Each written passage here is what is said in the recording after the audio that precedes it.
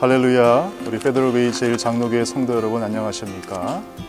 오늘은 제가 여러분께 수요 예배나 금요 예배 영상과는 별도로 여러분에게 아침 묵상의 영상을 찍어서 보내드리려고 합니다. 우리가 새벽 예배도 지금 하지 못하고 있는 상황이기 때문에 여러분에게 목회자로서 하나님의 말씀을 조금이라도 더 공급해 드리는 것이 맞지 않나 생각이 들어서 기도하는 가운데 여러분과 짧은 묵상들을 나누려고 합니다.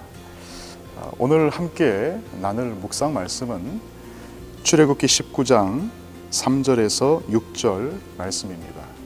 구약성경 제가 가진 성경으로 110페이지 19장 3절에서 6절 말씀 제가 여러분들을 위해서 함께 읽어드리겠습니다. 모세가 하나님 앞에 올라가니 여호와께서 산에서 그를 불러 말씀하시되 너는 이같이 야곱의 집에 말하고 이스라엘 자손들에게 말하라. 내가 애굽 사람에게 어떻게 행하였음과 내가 어떻게 독수리 날개로 너희를 업어 내게로 인도하였음을 너희가 보았느니라. 세계가 다 내게 속하였나니 너희가 내 말을 잘 듣고 내 언약을 지키면 너희는 모든 민족 중에서 내 소유가 되겠고 너희가 내게 대하여 제사장 나라가 되며 거룩한 백성이 되리라. 너는 이 말을 이스라엘 자손에게 전할지니라. 아멘. 오늘 본문에서 모세가 시내산에서 하나님을 만나고 있습니다. 우리 여러분 지금 뒤에 보시는 이곳이 본당 안에 한쪽 옆에 우리 스테인글라스가 보이는 벽 쪽입니다. 이 본당은 우리가 하나님을 만나는 곳이기도 합니다.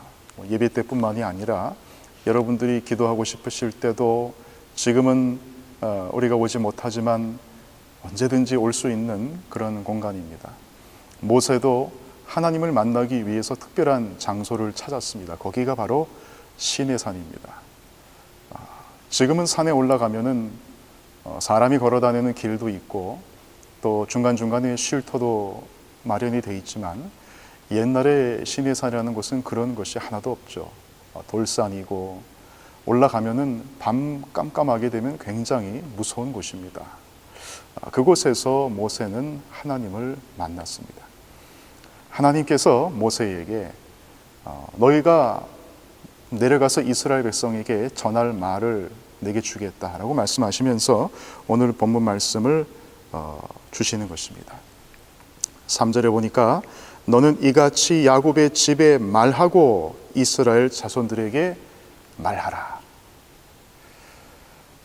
설교자들이 설교할 때 또 우리가 하나님의 말씀을 설교자들을 통해서 혹은 66권의 말씀이나 신앙서적을 통해서 들을 때 우리가 아무 말이나 듣는 것이 아닙니다. 사람의 지혜나 사람의 경험이나 인간적인 말들을 들으려고 우리가 그 자리에 앉아 있고 우리가 찾는 것이 아닙니다. 물론 성경을 통해서 많은 세상의 지식들과 경험들을 얻을 수 있습니다. 지혜들을 얻을 수 있습니다. 그러나 하나님께서 우리에게 주시고자 하는 말씀은 명백하고 따로 있습니다. 오늘 광야에서 헤매고 있는 이스라엘 백성들에게 모세가 하나님을 통해서 받은 말씀이 있습니다. 그 말씀이 무엇이었냐? 하나님은 이것을 전하라고 합니다. 4절에 보니까 하나님께서 이렇게 말씀하십니다. 내가 애굽 사람에게 어떻게 행하였음과 내가 어떻게 독수리 날개로 너희를 업어 내게로 인도하였음을 너희가 보았느니라.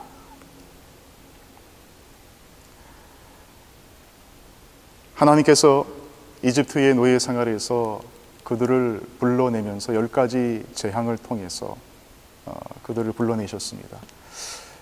이집트 왕으로부터 해방을 얻는다는 것은 불가능한 일처럼 보였습니다. 40년 동안 노예 생활을 했습니다. 국가에 권리가 없었고 권익이 없었습니다. 주장할 수가 없었습니다. 예배 드릴 수도 없었습니다. 요셉과 함께 했던 그 영화는 다 어디 가고 나라를 빼앗기고 민족이 모두 다 자기 자녀들까지 노예가 돼서 40년 동안 종살이를 살았습니다. 하나님께서 불가능해 보였던 그들의 삶 가운데서 모세라는 선지자를 아주 드라마틱하게 선택하시고 그가 애굽의 왕자 아니었습니까? 물론 유대인이었지만 말이죠.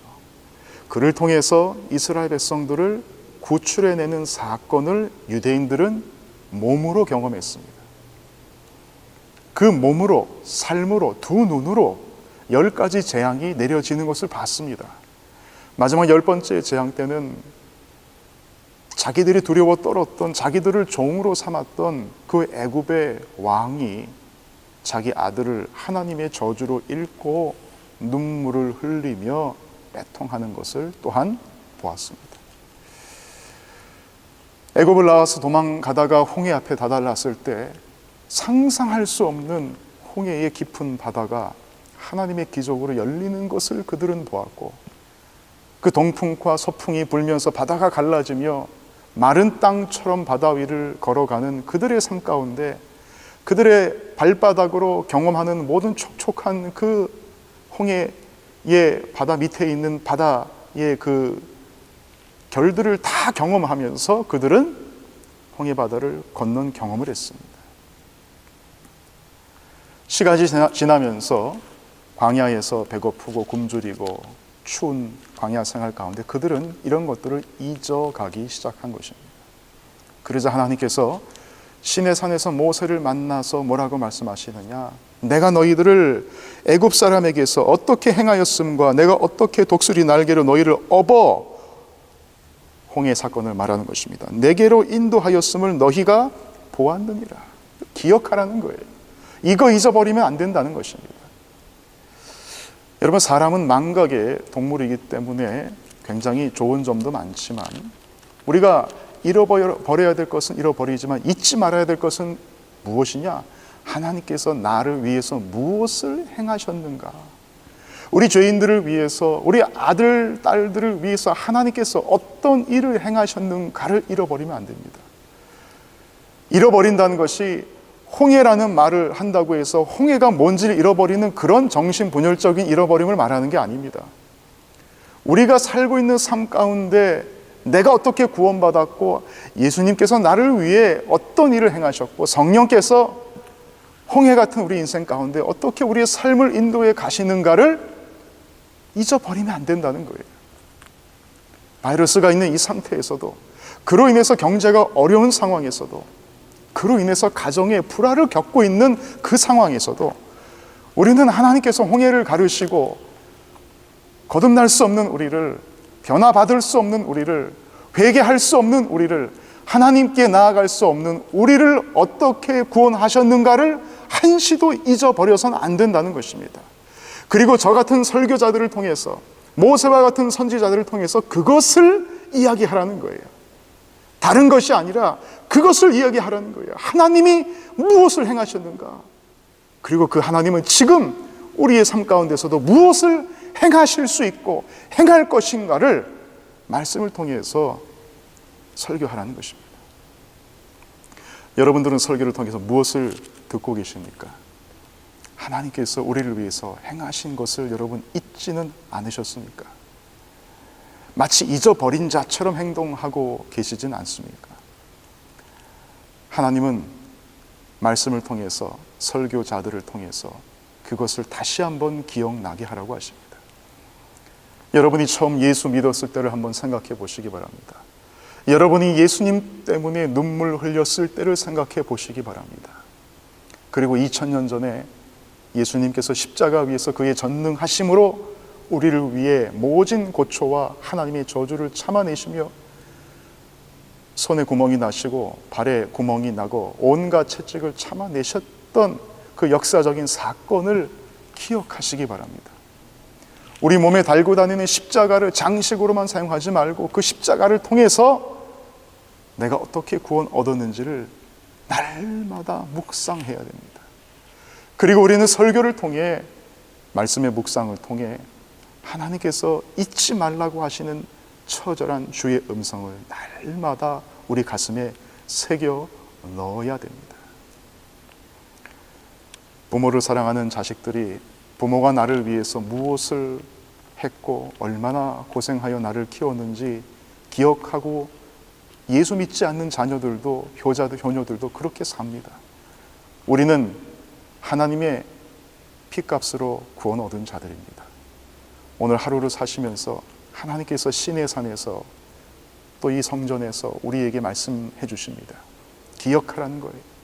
하나님께서 나를 위해 어떤 일을 행하셨고 앞으로 행하실 것인가를 반드시 마음에 새겨 어떤 상황에서도 하나님과의 관계를 소홀히 하는 일이 없도록, 그래서 오늘 하루를 사시면서 그 하나님과 동행하여 그 관계 속에서 성공하는 예배자로 설 수 있도록 여러분이 이 말씀 묵상하시면서 오늘 하루를 승리하시기를 소원합니다. 이제 아침입니다. 여러분 오늘 하루를 이 하나님과 동행하시고 하나님께 영광 돌리시면서 풍성한 영적인 여행을 경험하시는 우리 베드로교회 제1장로교 성도님들 다 되시기를 주님의 이름으로 간절히 축원드리겠습니다.